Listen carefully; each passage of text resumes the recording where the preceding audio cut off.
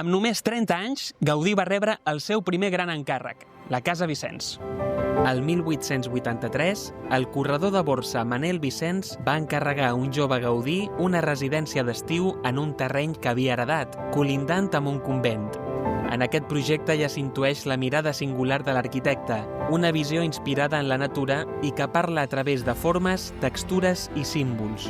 La façana respira una harmonia construïda en pedra, ferro, forja, fusta i maó. Una influència oriental li dona caràcter i un aire exòtic que la fa única. La família Vicens només va viure-hi 10 anys i la vídua va vendre la casa a la família Jover.